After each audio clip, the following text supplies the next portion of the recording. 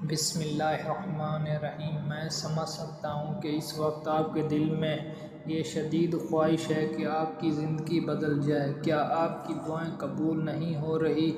کیا وظائف کے باوجود بھی دروازے بند ہیں؟ کیا آپ جانتے ہیں کہ ہماری برکتوں کو کون سی چیز روک رہی ہے؟ اگر آپ بھی ان سوالوں کے جواب چاہتے ہیں، اپنی زندگی سے پریشان ہیں، تو آپ بالکل درست چینل پر آئے ہیں، کیونکہ یہاں پر صرف استغفار کو وظائف تک محدود نہیں رکھا گیا، بلکہ اسے ایک گہری روحانی عملی انداز میں سمجھا گیا ہے تاکہ ہم قرآن کی اس حقیقت کو سمجھ سکیں کہ اللہ کسی قوم کی اس وقت تک حالت نہیں بدلتا جب تک وہ خود حالت نہ بدلیں۔ ہم نے دیکھا ہے کہ کس طرح استغفار کی نیت کرنے سے آپ کی نیت میں کئی گنا زیادہ طاقت آ جاتی ہے، اور کس طرح استغفار انسان کے ذہن اور زندگی کو مکمل طور پر بدل سکتا ہے۔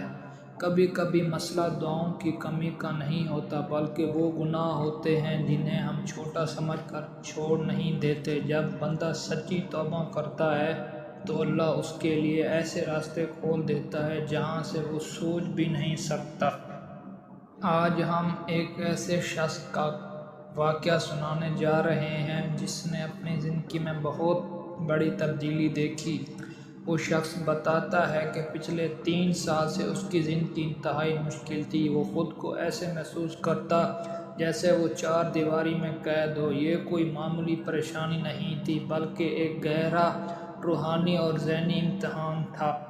وہ کہتا ہے کہ وہ اتنا پریشان تھا کہ لوگوں سے بات کرنا بھی مشکل ہو گیا۔ اس نے لوگوں سے ملنا جلنا تقریباً چھوڑ دیا۔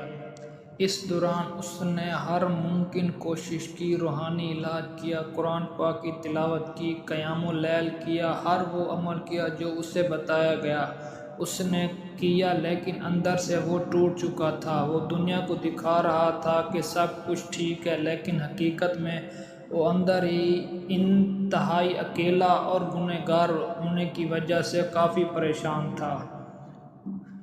پھر ایک دن ایک شخص نے اس سے سوال کیا، تم 3 سال سے عبادت کر رہے ہو، لیکن تمہاری زندگی میں کوئی تبدیلی کیوں نہیں آ رہی؟ کیا تم نے کبھی سوچا کہ مسئلہ تمہارے اندر بھی ہو سکتا ہے؟ یہ سوال اس کے دل میں گہرا اثر کر گیا۔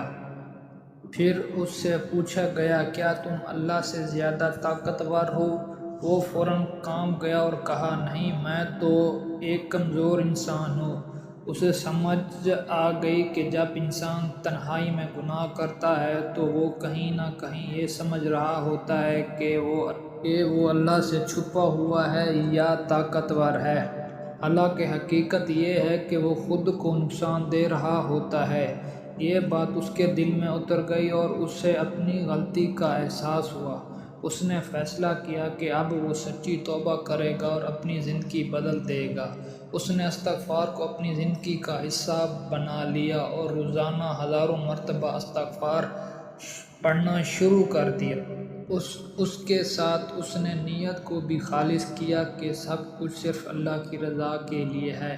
آہستہ آہستہ اس کی زندگی بدلنے لگی۔ اس نے تنہائی کے گناہوں کو مکمل طور پر چھوڑ دیا۔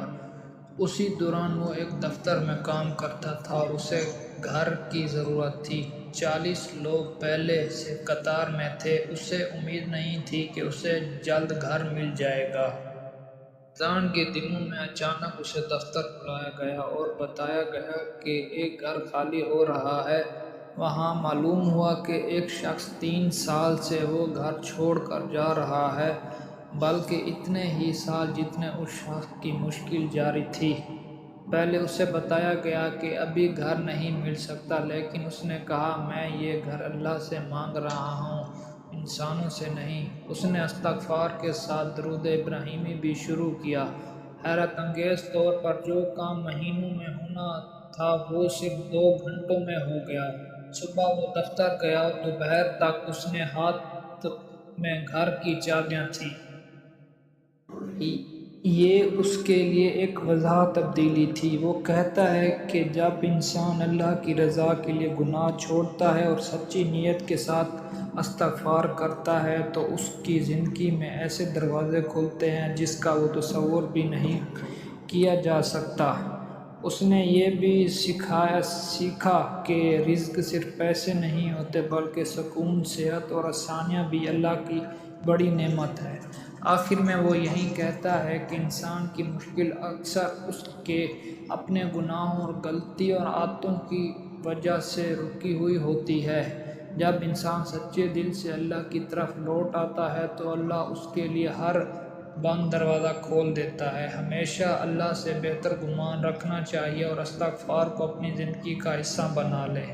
اللہ ہمیں سچی توبہ کرنے کی توفیق عطا فرمائے اور ہماری زندگی میں آسانی نصیب فرمائے۔